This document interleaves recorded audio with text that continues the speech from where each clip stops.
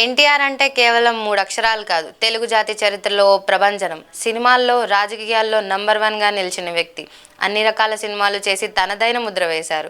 రాజకీయాల్లోకి వచ్చిన 9 నెలల్లో ప్రభంజనం సృష్టించి టీడీపీని అధికారంలోకి తీసుకొచ్చిన మహనీయుడు ఎన్టీఆర్ అని టీడీపీ జాతీయ ప్రధాన కార్యదర్శి, ఏపీ విద్య, ఐటీ, ఎలక్ట్రానిక్స్ శాఖల మంత్రి నారా లోకేష్ అన్నారు. అన్న ఎన్టీఆర్ 29వ వర్ధంతి సందర్భంగా హైదరాబాద్ ఎన్టీఆర్ ఘాట్లో తల్లి భువనేశ్వరితో కలిసి మంత్రి నారా లోకేష్ నివాళులర్పించారు. ఎన్టీఆర్ అమర్ రహే, జోహార్ ఎన్టీఆర్ నినాదాలతో ఎన్టీఆర్ ఘాట్ మారుమోగింది. అనంతరం ఘాట్ వద్ద సర్వమత ప్రార్థనలు నిర్వహించారు. విశ్వవిఖ్యాత నట సార్వభౌమ స్వర్గీయ శ్రీ నందమూరి తారక రామారావు గారి 29వ వర్ధంతి సందర్భంగా పెద్ద ఆయనకి ఘన నివాళి అర్పిస్తున్నాం. ఎన్టీఆర్ అనేది కేవలం 3 అక్షరాలు కాదు, ఒక ప్రభంజనం. అటు సినిమా రంగంలో కానివ్వండి, రాజకీయాల్లో కానివ్వండి ఆయన నంబర్ 1గా నిలిచిన వ్యక్తి. సినిమాలో మనం ఒకసారి చూస్తే, ఆయన చరిత్రగానే ఒకసారి చూస్తే అన్ని రకాల సినిమాలు ఆయన చేశారు. ఒక మార్క్ అనేది నిలబెట్టారు.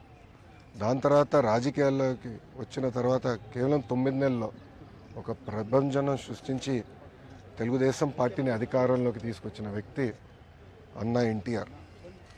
ముఖ్యమంత్రి అయిన తర్వాత కూడా రిలాక్స్ అవ్వకుండా ₹2 కిలో బియ్యం కానివ్వండి, పటేల్ పట్వారీ వ్యవస్థ రద్దు చేస్తాం కానివ్వండి, మహిళలకి ఆస్తుల్లో సమాన హక్కు కల్పిస్తాం కానివ్వండి, ఇట్లా అనేక సంస్కరణలు తీసుకొచ్చారు అన్న ఎన్టీఆర్.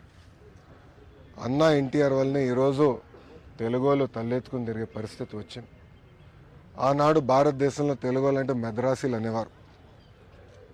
కానీ తెలుగు జాతి గర్వించే విధంగా ఆయన మన గలం ఢిల్లీలో వినిపించారు. ఆనాడు ఆయన బర్తరఫ్ చేస్తే కేంద్ర ప్రభుత్వంతో పోరాడి మళ్ళీ పార్టీ అధికారంలో నిలబెట్టుకున్న వ్యక్తి అన్న ఎన్టీఆర్. ఒక వ్యక్తితో ప్రారంభమైన తెలుగుదేశం పార్టీ ఈరోజు 1 కోటి మందితో సభ్యత్వాలు తీసుకుని నిజంగానే చాలా గర్వకారణం. ఏ ఆశయాలతో అయితే అన్న ఎన్టీఆర్ తెలుగుదేశం పార్టీని స్థాపించారో మేమందరం కలిసికట్టుగా తెలుగు వాళ్ళు ఎక్కడున్నా వాళ్ళకి అండగా నిలబడడానికి, తెలుగు జాతి ఎక్కడున్నా వాళ్ళ అగ్రస్థానంలో ఉండాలని లక్ష్యంతో మేమందరం అహర్నిశలు పనిచేస్తామని